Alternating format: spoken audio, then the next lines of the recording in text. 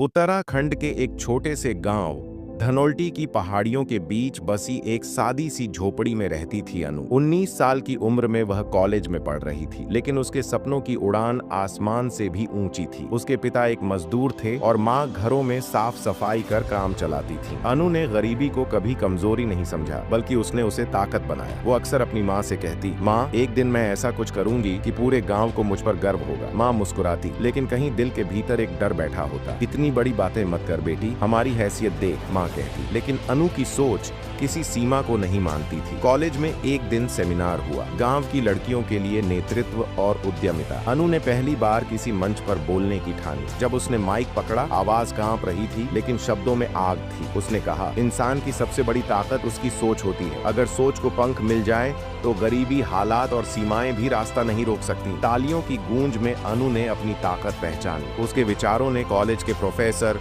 मेहमानों और यहाँ तक कि राज्य सरकार के प्रतिनिधि को भी प्रभावित किया। सेमिनार के बाद राज्य सरकार की एक योजना यूथ इनोवेशन स्कॉलरशिप में अनु को भाग लेने का मौका मिला। उसे एक समस्या का हल ढूंढकर एक प्रोजेक्ट बनाना था। अनु ने अपने गांव की सबसे बड़ी समस्या चुनी, पानी की कमी। उसने तय किया कि वह एक सस्ता, टिकाऊ और स्थानीय संसाधनों से चलने वाला सौर जल शुद्धिकरण यंत्र बनाएगी। गांव के लोग पहले हंसते थे, ये लड़की पागल हो गई है क्या? लेकिन अनु के पास सोच थी, इरादा था और भरोसा। प्रोजेक्ट पर काम करते समय अनु को कई बार असफलता मिली। कभी यंत्र ठीक से काम नहीं करता, कभी पानी साफ नहीं होता। गांव के लोग ताने मारते, कॉलेज के कुछ छात्र उसका मजाक उड़ाते। लेकिन हर रात वो खुद से एक ही सवाल करती, क्या मेरी सोच सही है? और उसका दिल कहता, हाँ बिल्कुल। उसने इंटरनेट कैफे में घंटों बिताए, विज्ञान की किताबें पढ़ी, पुराने रिसर्च पेपर खंगाले और गांव के लोहार से पार्ट्स बनवाने शुरू किए। 3 महीने की मेहनत के बाद एक दिन जब यंत्र से साफ पानी निकला तो उसकी आंखों से खुशी के आंसू बह निकले। प्रोजेक्ट को राज्य स्तर पर सराहा गया। अनु को 1 लाख की स्कॉलरशिप मिली और राष्ट्रीय स्तर पर अपने यंत्र को प्रदर्शित करने का मौका। दिल्ली में जब अनु ने मंच पर बोलते हुए कहा, मैंने गरीबी में जन्म लिया लेकिन सोच को कभी गरीब नहीं बनने दिया, पूरा हाल तालियों से गूंज उठा। जल्द ही कई एनजीओज और सरकारी संस्थानों ने अनु के साथ काम करने की इच्छा जताई। उसका सौर जल शुद्धिकरण यंत्र